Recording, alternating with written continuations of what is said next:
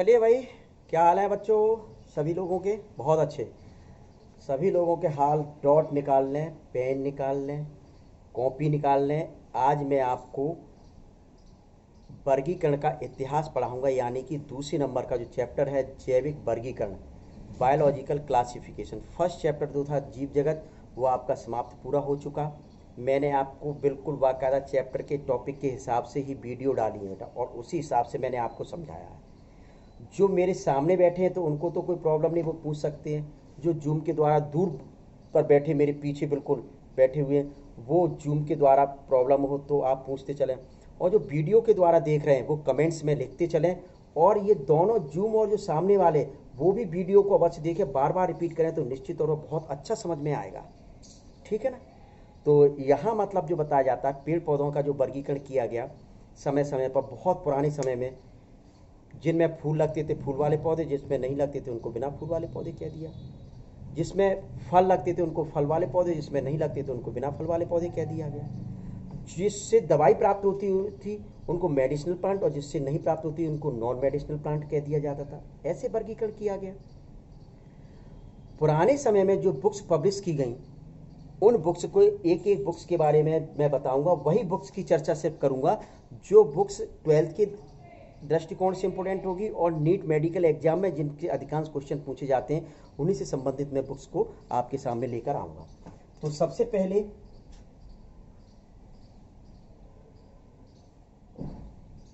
छंद योग्य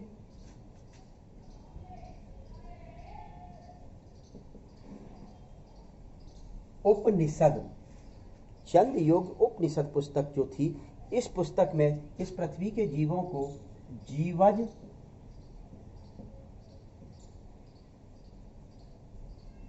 अंडज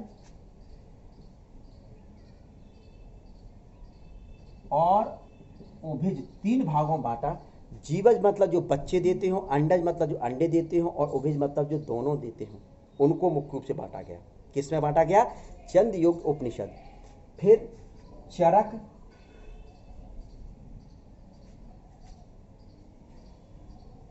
संहिता में 200 एनिमल और 340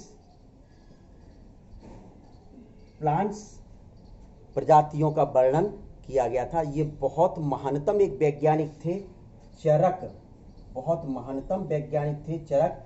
इन्होंने वर्णन किया था, बहुत ही महानतम आयुर्वेदाचार्य। यदि बेटा आपको ये बुक मिल जाए और बुक्स की स्टडी करें तो आप ये मान के चलिए आप 50% आयुर्वेदिक डॉक्टर बन जाएंगे।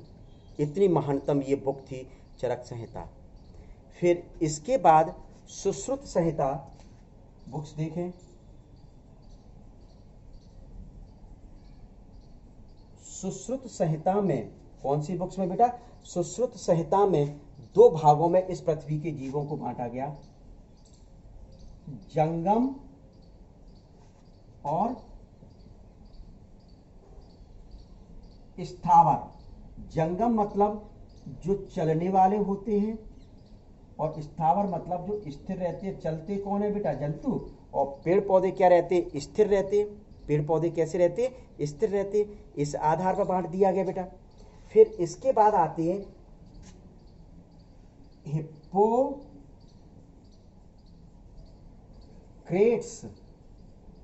और अरिस्टोटल।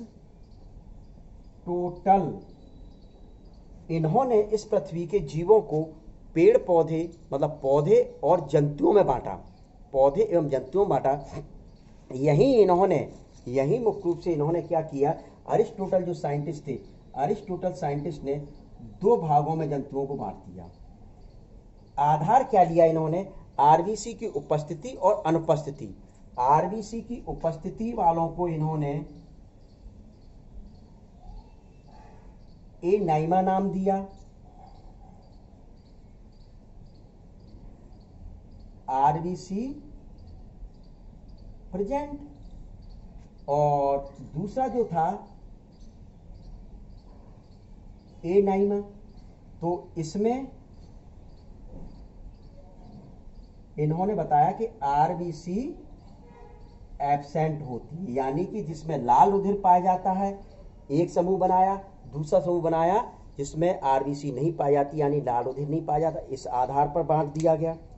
फिर इसके अलावा इन्होंने इसको दो भागों में बांट दिया।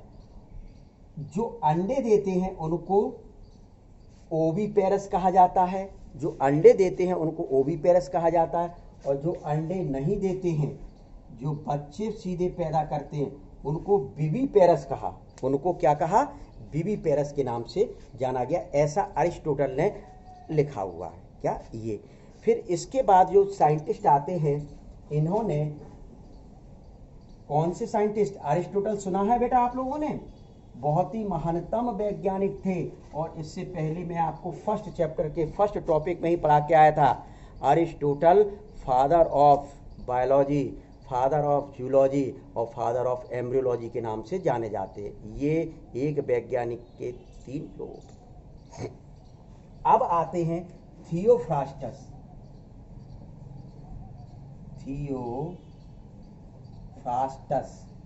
थियोफ्रास्टस भी नाम आपको सुना होगा। फादर ऑफ बॉटनी, वनस्पति विज्ञान के पिता हैं। वनस्पति विज्ञान के मुख्य रूप से ये पिता हैं थियोफ्रास्टस। इन्होंने हिस्टोरिया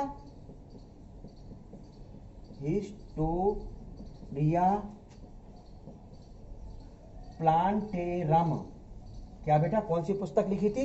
हिस्टोरिया प्लांटेरम पुस्तक लिखी थी, जिसमें इन्होंने 480 पेड़ पौधों का वर्णन किया था। किसका वर्णन किया था बेटा? 480 पेड़ पौधों का वर्णन किया। इन्होंने पेड़ पौधों को इस पुस्तक में बताया कि इस प्रकार से डिवीजन किया कि प्रकृति के आधार पर, नेचर के आधार पर पेड़ पौधों की। तो पहले तो कहा, एक तो पेड़ पौधे होते हैं यानी ट्री होते हैं। दूसरा इन्होंने ये मुख्य रूप से कहा कि हर्ब्स होते हैं, और तीसरा इन्होंने कहा सर्ब्स होते हैं, और चौथा अंडर सर्ब्स। इस प्रकार से पौधों को चार भागों में पौधों को बांट दिया हिस्टोरिया प्लांटेरम नामक पुस्तक के द्वारा, जिसमें 480 पेड़ पौधों की प्रजातियों का वर्णन इनके द्वारा किया गया था। यानी पेड़ होते हैं, हर्ब्स मतलब शाख होते हैं, और ये झाड़ी होती हैं। ठीक है, तो इस प्रकार से इनके द्वारा वर्णन किया गया था हिस्टोरिया प्लांटेरम में। Clear?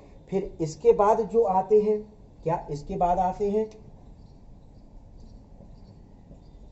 Pliny the Adler scientist. कौन से वैज्ञानिक आते हैं बेटा? Pliny the Adler. इन्होंने हिस्टोरिया नेचुरलिस, इन्होंने जो बुक्स लिखी थी वो कौन सी लिखी थी? Historia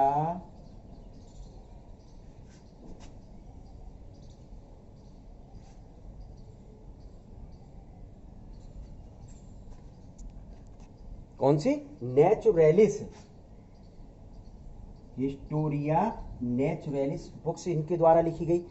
in Pliny the Adler scientist ने हिस्टोरिया नेचुरलिस बुक्स बेटा लिखी थी। इस बुक्स में इन्होंने बताया सबसे पहले आर्टिफिशियल क्लासिफिकेशन दिया था, कृत्रिम वर्गीकरण जो दिया गया था वो इन्हीं के द्वारा दिया गया था। किसके द्वारा बेटा? कृत्रिम वर्गीकरण जो दिया गया था वो प्लिनी द एडलर के द्वारा दिया गया था। फिर इसके बाद जो साइंटिस्ट आते हैं वो कौन से साइंटिस्ट आते हैं? ये मैं डालता चलूं बेटा, लिखते चल रहे, डॉट पेन निकाली हुई है। एडलर, वो आपके जॉन रे साइंटिस्ट। कौन से साइंटिस्ट आते हैं?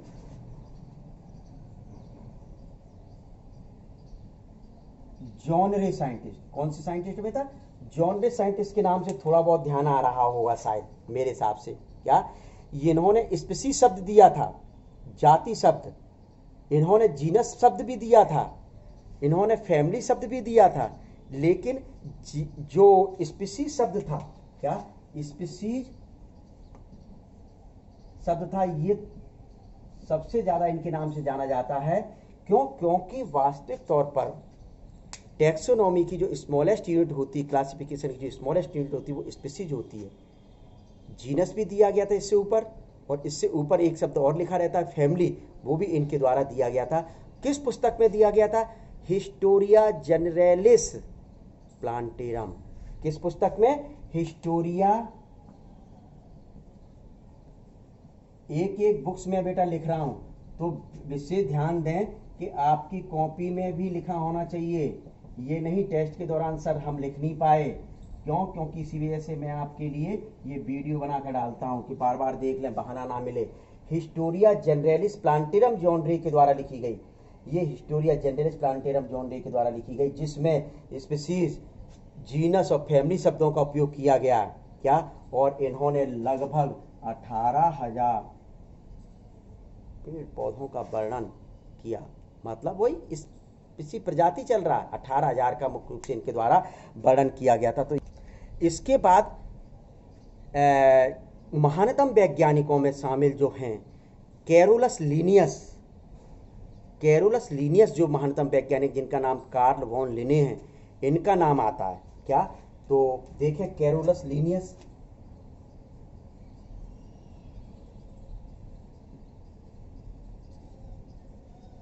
कैरोलस लीनियस, कैरोलस लीनियस ने स्पीसीज प्लांटेरम,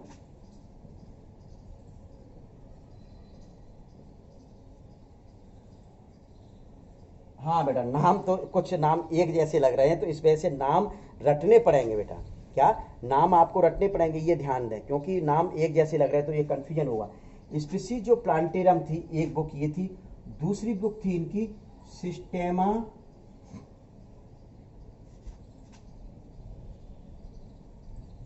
नेचुरी। क्या? सिस्टेमा नेचुरी। स्पीसीज जो प्लांटेरम जो बुक्स थी, इस स्पीसीज प्लांटेरम बुक में इन्होंने 5900 प्लांट्स स्पीसीज का वर्णन किया था। क्लियर? और सिस्टेमा नेचुरी में इन्होंने 4200 एनिमल स्पीसीज का वर्णन इनके द्वारा किया गया था। इसके अलावा भी ये बहुत महत्वपूर्ण इन्होंने कार्य किए। बाइनोमियल नोमेनक्लेचर, द्विनाम नामकरण पद्धति भी इन्हीं के द्वारा दी गई। ट्राइनोमियल नोमेनक्लेचर, यानी 3 नामों की जो पद्धति थी, त्रिनाम नामकरण पद्धति, वो इन्हीं के द्वारा दी गई थी। इसके अलावा 2 किंगडम क्लासिफिकेशन, 2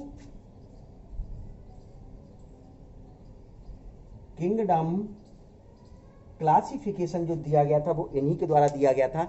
इन वैज्ञानिक ने मुख्य रूप से क्या किया था कि 2 भागों में बांट दिया था, 2 जगत में इस पृथ्वी के जीवों को बांटा था। लेकिन इनके इस क्लासिफिकेशन को, 2 किंगडम क्लासिफिकेशन को मान्य नहीं किया गया। क्या? मान्य नहीं किया गया, सही ढंग से नहीं इनके द्वारा मतलब बताया गया। इस वजह से मतलब ये है कि मान्य नहीं किया गया था। तो ये कुछ बेटा जो वैज्ञानिकों के द्वारा, विभिन्न वैज्ञानिकों के द्वारा समय समय पर जो बुक्स पब्लिक की गई थी वो हैं। अब तो मान्य, अच्छा मान्य कौन सा किया गया था? 5 किंगडम क्लासिफिकेशन मान्य किया गया था, जो R.H. व्हिटकर साइंटिस्ट थे।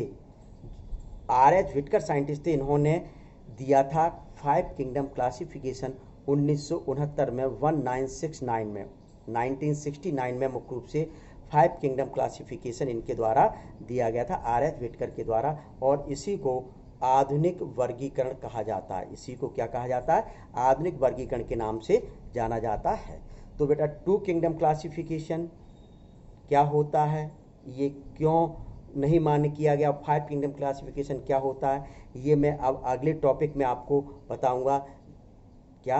बायोलॉजिकल क्लासिफिकेशन का जो 2nd नंबर का लेक्चर होगा, उसमें यही 2 चीज़ें मैं आपको बताऊंगा। ठीक है बेटा? तो आप पढ़ाई करते रहें, पढ़ाई बहुत महत्वपूर्ण है। आप लोगों ने सुना होगा कि मतलब कल UPSC का एग्जाम, IAS कलेक्टर जो बनते हैं उसका एग्जाम निकला, बहुत मतलब बच्चे निकले, बच्चियां निकली। तो उन सभी को मेरी तरफ से बहुत बहुत शुभकामनाएं, और मैं उम्मीद करता हूं कि मेरे बच्चे भी इसी प्रकार से सतत लगातार पढ़ते रहेंगे। ठीक है बेटा? तो आप अगले चैप्टर का इंतज़ार करें, अगले टॉपिक का इंतज़ार करें, मैं आपके सामने लेके आऊँगा। ठीक है? बाय।